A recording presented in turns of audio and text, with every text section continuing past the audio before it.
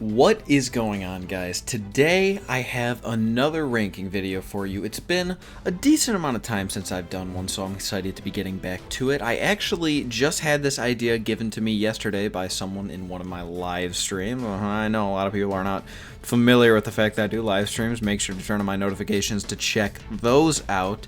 But yeah, someone gave me this great idea. I'm going to be ranking the Strawhat Backstories, like which ones are the most intense, the saddest, who had it the worst as a kid, I guess is a way you could put it. The first three are a little weak compared to the last six, but I mean, you know, it is what it is. Not everyone has to have some ridiculously emotional backstory. It might be a little overboard if that was the case, so yeah. I will say the first three were not that hard to figure out.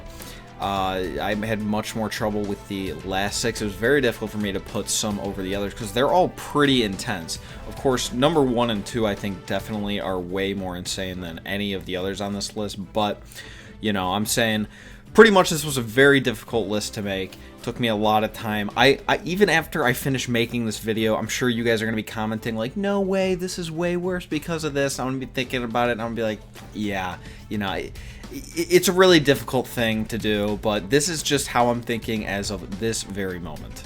So starting at the bottom, I have Luffy, and I think that this is a very interesting thing about One Piece in general, really, is that the main protagonist, the main character, does not have an overwhelmingly sad backstory. It's actually really not at all.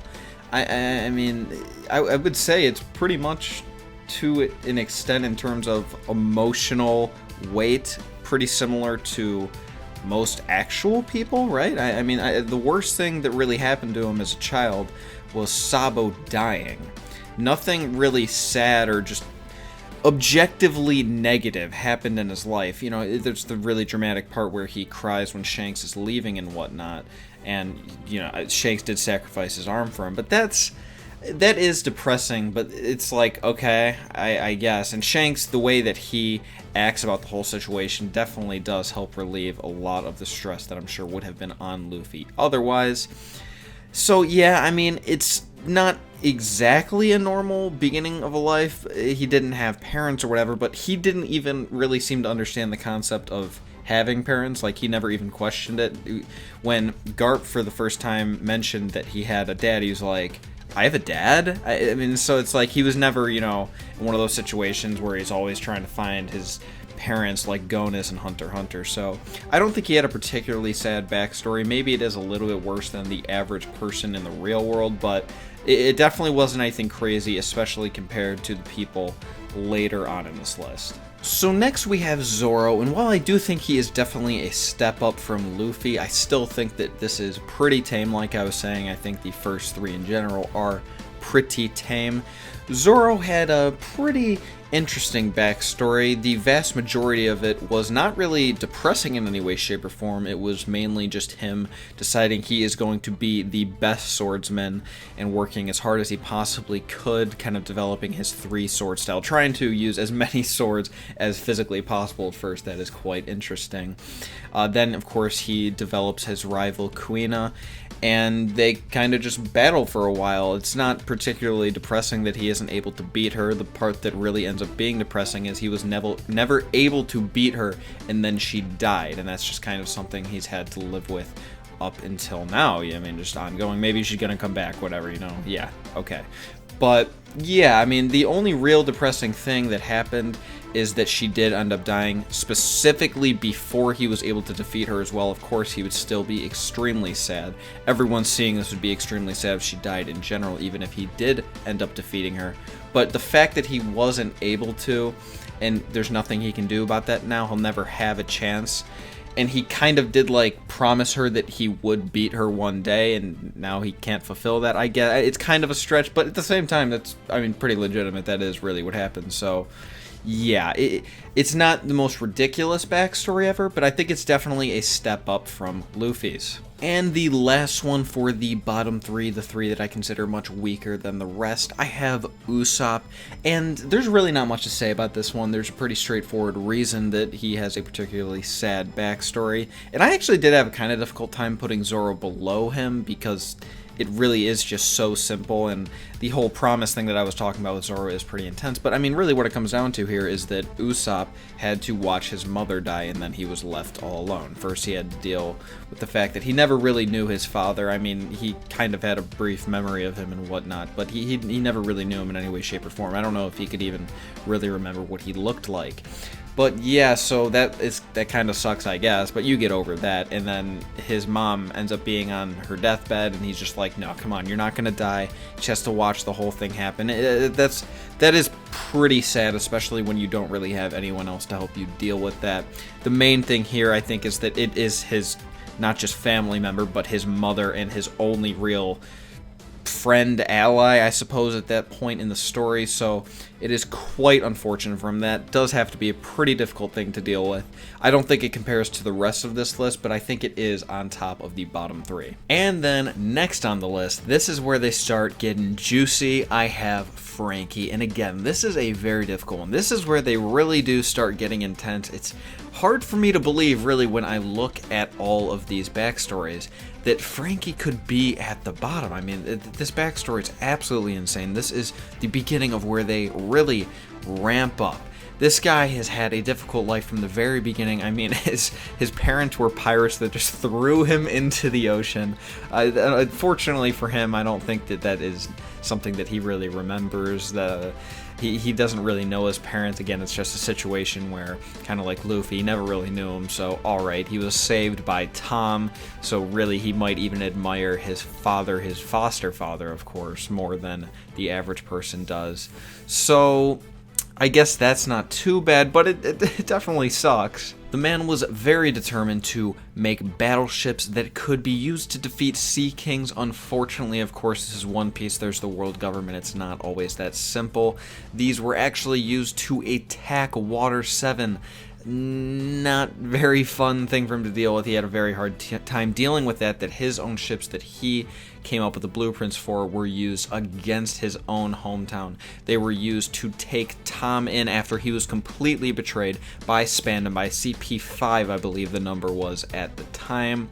So yeah, that definitely hurts. Of course, he is not able to stop them from arresting Tom. He tries to stop the sea train that Tom actually created that was hauling him over to Eni's lobby. So dramatic, I know. It's pretty insane. He tries stopping it.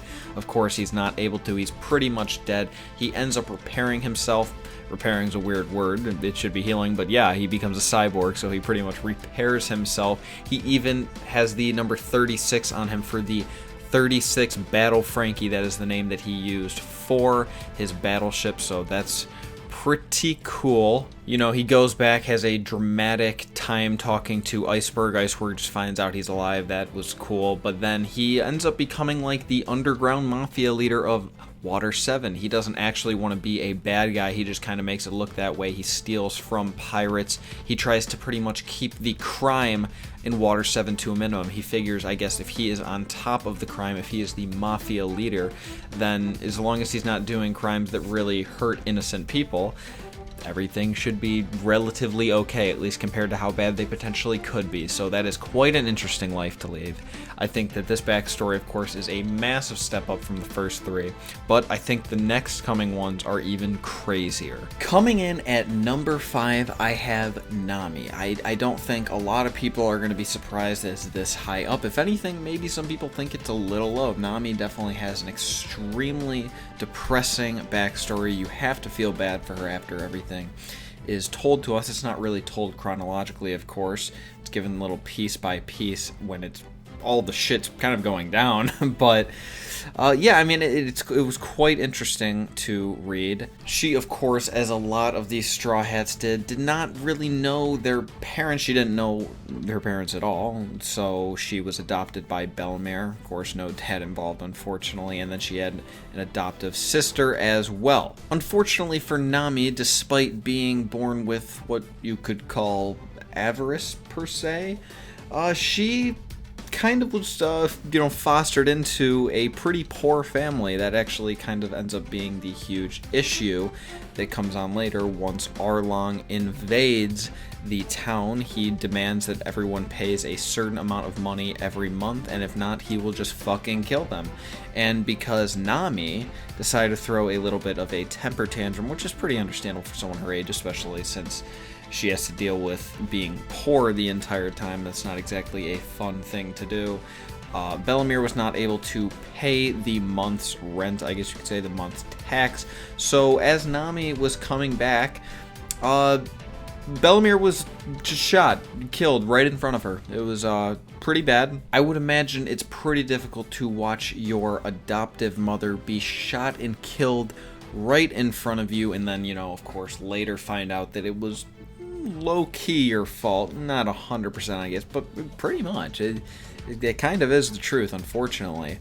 And then, of course, because Arlong finds out that you have this amazing skill of drawing maps, something that you really enjoy, you take a passion in, then he uses that and says, okay, well, you're going to become a part of my crew now. You're going to be drawing maps.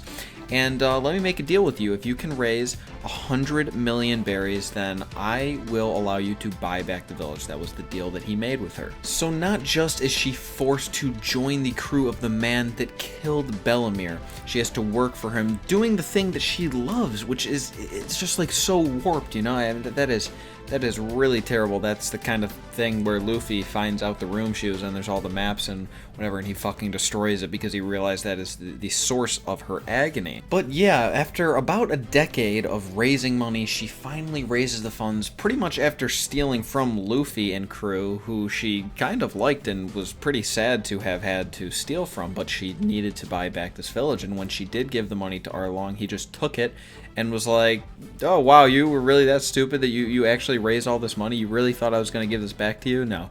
This place makes me way too much money. It's just not going to happen. I really like it here. So yeah, after everything that she'd gone through, years of just dedicating herself to buying back this village, the village that kind of ended up hating her. Of course, they didn't actually hate her, but she believed they did, and they kind of sold the idea of that. So the whole thing, I mean, everything together is so bad.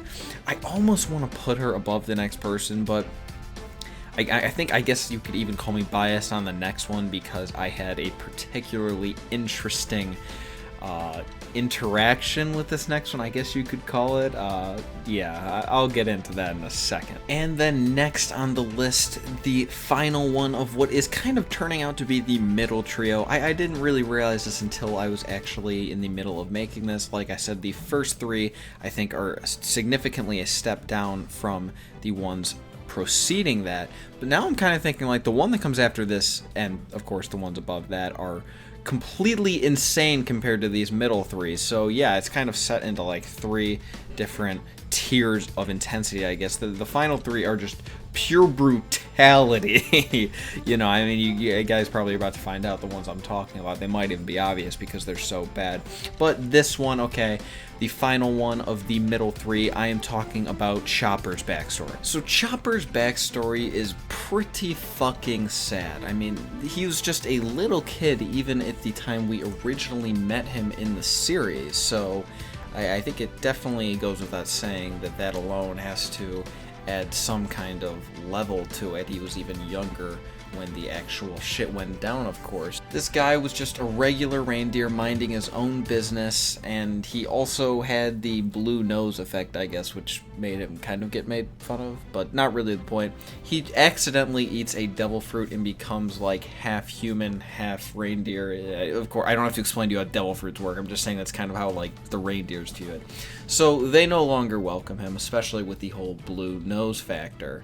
So yeah, he doesn't really know how he fits in there, and since he has the human fruit, he's like, okay, well, I'm gonna go try and blend in with the humans. And unfortunately, and I really don't know why this is the case, I'm assuming we might learn something weird about his devil fruit later down the line, but his human form pretty much just looks like a Yeti, I guess, a brown Yeti. So yeah, he didn't exactly fit in with the humans. They pretty much just thought that he was a Yeti, I believe it was exactly. So yeah, he was pretty much hated by anyone he ever tried becoming close with until he, of course, found Dr. Hilalu. He develops a pretty loving relationship with the Doctor. Of course, he doesn't always try to show that because he's a little freak. We know how Chopper is. He doesn't always like showing his true feelings. But yeah, so he really does end up liking the Doctor quite a bit since he's the first person to really accept him. And then, you know, the story we all know. We know how he dies. It is quite unfortunate. I mean, him dealing with that, I can't even imagine the way that Dr. Hilalu died, the way it was, again, more or less Chopper's fault. I feel like he would have died at a pretty nearby time, like, to then anyway, but, you know, it's not really the point. So yeah, I mean, the way that guy went down, too, like, come on, that was legendary. It's really cool for us to see it as viewers, like, oh my god, dude, this guy is such a badass. But from Chopper's perspective, he's not like, he's a badass, he's like, oh my god, how is this fucking happening? So it's pretty depressing, and the reason that I feel like this one does need to be on top, and again, this might just, it's pretty much a perfect example of how I'm kind of biased, but even though I do consider I Want to Live to be the best and most emotional moment in One Piece, I did not tear up or anything of the sort at that point. But something interesting in the series is, there is one time that I guess you could say I teared up, maybe even cried a little. I mean, I really just do not get emotional when reading books or watching TV or anything like that. So it's very strange for me anytime anything like this happens. But for some reason, at the part where Chopper decides he's going to go with the Straw Hats and they're like making their escape, and then they stop because the woman doctor is launching off all the pink whatever, I don't really remember what it was, but it made, of course, you know, the mountain look like the Sakura tree. And Chopper looks back at it, and he just, oh my god, it's not even him crying there really, it was just like, I so did not see it coming, like this whole quest for the Sakura tree, and then it's just there, this giant fucking beast, like the home that he lived in is now the Sakura tree, like after everything that happened. Dr. Hilalu is actually the one that planned for this at some point. I mean, I really do not know how to explain why or how it got me so bad, but yeah, I started like crying to some extent at that part, so I feel like that's gotta mean it's like pretty much the most intense of the middle trio, right? Like, come on, it's definitely up there. Probably won't get too much backlash for that. It was a good one for sure. And then moving on to the monster trio of the backstories. Quite interestingly enough, this person has the same placement in the backstory monster trio as they do the original. I have at the third place on here Sanji. Fortunately for me, I don't think I really need to re-explain any of this to you guys because, well, not just in the manga, but actually the anime now, we've pretty much seen all of his new backstory. That's like what is currently going on, so I don't need to give you all the details. You guys know how cruel it was. I mean, we already for the longest time had his original backstory, what we knew before we found out about the Vinsmokes, and that was pretty intense. That would definitely have been in the middle section, I would say, at the least. So then you add on this whole Vinsmoke thing, and I mean, these top three are where it really becomes just pure brutality. I mean, the fact that for whatever reason he could just not keep up with his siblings, and besides Reiju, and even she kind of had to an extent, he was just abused by them. I mean, his father absolutely despised him. He asked him to not let anyone know that Sanji was his son. That's pretty deep, of course, and they make a pretty big point of making it, you know, show how Sanji was quite affected by that. Imagine your own father saying, never admit that you're my son. It would be a shame to me. I mean, that's pretty bad. So yeah, I don't really think I have to justify this one, especially since it is so fresh in everyone's mind. Sanji had a pretty bad backstory. The only thing I think you could really argue is it may be higher than the next one, but I think the next one definitely takes the cake, especially because of the sheer numbers I'm going to be throwing out there. But yeah, Sanji's definitely pretty bad. And then at number 2, again, this one is one that is very simple, not too much explaining needing to be done. It wasn't even like that much shit happened. You know, I have Brook at number 2 here. Again, I don't think I even had to explain that. Once we narrowed it down to the top 3, I think most people agree on what number 1 is. I actually do know a lot of people who say Brook is number 1. But anyway, number 2 is Brook. Yeah, you know, we had the whole thing where he ate the devil fruit. No one really knew if that would actually affect him or not, but whatever. After the whole crew was forsaken to death, they all knew they were going to die, and the whole Laboon situation, of course, there's that, but no, it doesn't really compare to what happened on the ship. Yeah, they all just kind of go down in one of the most legendary ways I've ever seen on pretty much Dr. Luke level. They just go down singing, and he is pretty much the last one that dies, and of course is then revived.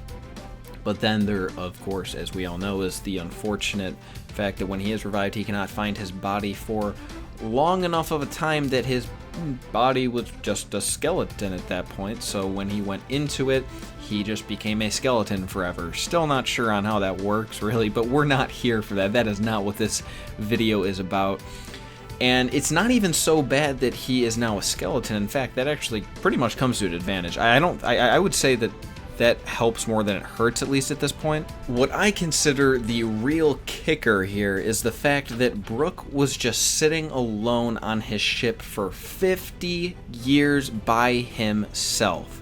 I mean, do I even really need to explain that? Like, that really is the factor that kind of makes you question, like, what is more intense, the top one that I might as well just say at this point, but that or Brook. It's the 50-year thing, the thing that he's just sitting on the ship for 50 years with no true human contact at any point. I mean, that's pretty bad.